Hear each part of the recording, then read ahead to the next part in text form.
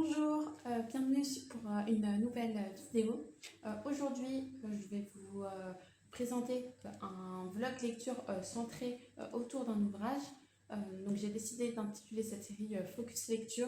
Donc ce sera des updates lecture sur plusieurs jours, centrés autour d'un ouvrage publié chez un éditeur indépendant de l'imaginaire. Pour ce premier épisode, j'ai décidé de lire avec vous La mémoire des eaux, écrit par Margot Lotten et publié aux éditions Plume Blanche. Donc c'est un roman de dark fantasy adulte qui a été assez plébiscité sur les réseaux sociaux et j'en avais entendu beaucoup parler. Je l'ai acheté au Salon du Livre de Montreuil en 2025, je crois. Et donc, la maquette a été réalisée par Marion Baril et la correction par Julie Provost. Et le livre est sorti en 2025. Donc c'est un roman à multiples points de vue, de ce que j'ai compris. On va d'abord suivre Azalea, qui revient d'un périple solitaire et qui revient donc au cœur d'un conflit entre les humains et les elfes. Elle arrive sur un champ de bataille et découvre que ses pères sont décédés au cours d'un affrontement. Et donc, elle va solliciter les conseils et les pouvoirs d'un nécromancien afin de se rappeler, afin de solliciter les souvenirs de ses pères et de découvrir leur assassin à partir tout simplement de leurs cadavres, donc de leurs ossements. Je suis à la page 89, donc j'ai lu les 5 premiers chapitres. La plume de l'autrice est assez fluide. Elle arrive bien à utiliser un vocabulaire assez détaillé pour ses descriptions. La narration, elle se lit de manière assez fluide, même si j'ai repéré pendant les dialogues il y a quelques répétitions qui sont faites pendant les dialogues entre les différents personnages, mais à part ça, c'est une plume qui est assez accessible pour une dark fantasy. Ça n'empêche, ça n'enlève en rien la complexité de l'univers, puisque il y a un point de vue où on va suivre Azalea. Au tout début, moi j'ai lu, comme je vous ai dit, à peine, même pas 100 pages. Donc celui d'Elion, qui est le fils d'un duc et d'une duchesse, et celui de Tauros, qui est le fils d'un roi assez tyrannique, de ce qu'on en sait. Du coup, voilà, c'est assez introductif pour l'instant. On distingue un peu les différentes intrigues de cours au sein de la communauté des elfes. On sait qu'il y a il y a quand même des personnages assez charismatiques qui se distinguent dans la lecture, notamment, je ne vais pas trop vous en dire, mais il y a un conflit entre les humains et les elfes. Il y a aussi des malédictions qui touchent certains personnages. Donc du coup, je trouve que c'est un roman même si qui présente un début assez introductif, c'est un roman qui prend le temps d'installer son intrigue tout en distinguant du coup les différents les protagonistes, même s'il y en a il n'y en a pas beaucoup, mais il y en a quelques-uns, c'est assez clair pour l'instant, on va dire au niveau des rôles de chacun. Donc à voir, c'est assez prometteur, honnêtement. Je suis assez convaincue par la plume, l'intrigue de cours, les intrigues de cours, si on peut appeler ça. On sent que Elion et Tauros se portent à contre-courant des ambitions de leurs parents. Ils essayent de comprendre ce qui se passe en fait, et on sent qu'il y a pas mal de secrets qui sont bien gardés. Donc à voir par la suite. Je vous tiens au courant. Donc là, c'était du coup l'update du premier jour. J'aime beaucoup, ouais, j'aime beaucoup la plume. C'est assez fluide, c'est dense, mais c'est compréhensible, c'est accessible. Je vous donne rendez-vous enfin, ce sera demain pour moi et du coup pour le deuxième jour de l'update. Bonjour, je ne sais pas si je vous l'ai dit, mais du coup c'est le euh, premier tome d'une trilogie. Les deux premiers tomes sont publiés, le troisième je pense va paraître en 2028 et il me semble que l'autrice a également annoncé un préquel pour 2029 je crois. Là j'en suis rendue à la page 188, je suis un peu moins du tiers du roman. J'ai assisté du coup à la première bataille épique. Voilà, il y a eu des morts, il y a eu des tragédies. On voit que le jeu d'alliance et de stratégie s'installe petit à petit. Euh, on découvre également le côté sombre de certains personnages, leur passé. L'intrigue prend le temps de s'installer, de nous dévoiler des détails sur des personnages tout en faisant avancer le récit. C'est assez chouette.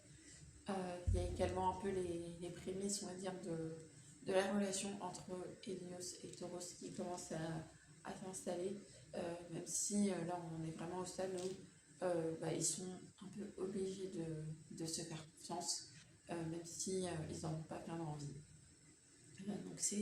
On reste sur un début très prometteur, avec une plume qui est assez fluide, comme je vous l'ai dit. Je dirais pas soutenue, mais c'est assez dense. Le récit est assez dense, donc je pense que la plume est adaptée. C'est assez chouette. Vraiment, ça. Je sais pas si ça serait un coup de cœur, mais en tout cas, on est bien parti pour et j'ai vraiment hâte du coup de découvrir la suite. Je vous dis à demain pour le prochain update de ma lecture. Bienvenue pour le troisième jour. J'ai fini la partie 1. On s'est rendu à la page 268. Vraiment là, on est vraiment plongé au cœur du récit. On est vraiment au cœur des jeux d'alliance, des jeux de pouvoir.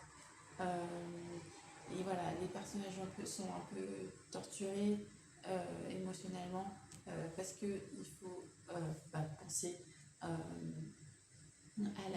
la guerre et mettre de côté la plupart de ces sentiments. C'est aussi compliqué parce qu'il y a pas mal des membres de la famille qui font partie du même clan mais qui n'ont pas forcément les mêmes intentions. Il y a toujours la relation entre Eliane et Tauros qui est en train d'évoluer et qui va prendre un autre tournant. Il y a toute cette dualité-là entre la relation entre les personnages et leurs propres intérêts au sein des conflits. J'ai vraiment beaucoup aimé cette première partie qui, au début, était plutôt introductive. Justement, c'est le début d'un roman, forcément. Il y avait l'introduction des personnages, pas l'explication, mais l'introduction des différentes intrigues. C'est vraiment sympa. J'ai vraiment hâte de découvrir ce que vont devenir les personnages. J'ai pas forcément de préférence. J'aime autant les antagonistes que les protagonistes. Et je suis aussi curieuse de savoir pourquoi certains antagonistes ont de mauvaises intentions envers les personnages principaux. Et du coup, je me pose pas mal de questions. Et j'ai hâte de découvrir le dénouement. En même temps, c'est assez simple à suivre. Je ne me fais pas forcément des nœuds au cerveau pour tout comprendre.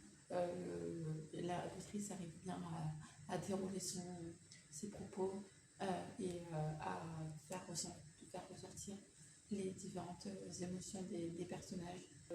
J'ai pas trop envie de spoiler, donc les updates sont assez brèves, mais ouais, au sein de cette première partie, il y a vraiment la relation entre Eliane et Tauros, comme je vous l'ai dit, qui commence à prendre de l'ampleur, qui prend un autre tournant, et on découvre aussi certaines motifs, on perçoit également certaines motivations de leur entourage, et on va voir aussi si ils sont vraiment dans le même bateau ou pas. Donc voilà, à voir pour la deuxième partie, et on se donne rendez-vous demain pour l'update du début de la partie 2. Bonjour, donc j'ai entamé la deuxième partie du livre La mémoire des eaux, et du coup là j'ai dépassé la moitié du livre, puisque je suis à la page 342 sur 666 je crois, donc je suis à un peu plus de la moitié à peine, et du coup le début de la deuxième partie, on retourne avec Azaela qui se réveille de sa première salve de souvenirs, générée par le conteur Noss, et on découvre aussi un peu plus sur son passé, puisque ça reste quand même un personnage assez mystérieux pour le moment, la fille d'Eliane et Tauros, et on en apprend un peu plus sur les activités et ce qu'elle a pu faire aussi dans son passé, qui peut être aussi qui peut lui aussi être reproché. Donc c'est assez intéressant. Et ensuite on rebascule après dans les souvenirs de Tauros et Eliane. Et là ils sont un peu ils se sont décidés à parcourir plusieurs territoires pour rallier des peuples à leur cause, afin d'affronter du coup la sorcière Isobel, qui représente leur plus grande menace. Donc c'est assez intéressant. Ce que j'aime bien dans ce roman, c'est qu'il n'y a pas vraiment de ventre mou. En fait, tout est intéressant, tout est bon à prendre, entre guillemets, et on suit vraiment les personnages avec grand intérêt, que ce soit les protagonistes ou les antagonistes. Ouais, j'aime beaucoup le récit, et j'ai toujours à chaque fois hâte de m'y replonger après le lendemain. J'espère pouvoir le finir d'ici samedi, pour ensuite monter la vidéo et la poster le dimanche du coup 26, quand vous verrez la vidéo, j'espère. Donc voilà, ça va être un peu un challenge puisqu'il y a plus de 300 pages à lire en 3 jours, mais ça va le faire.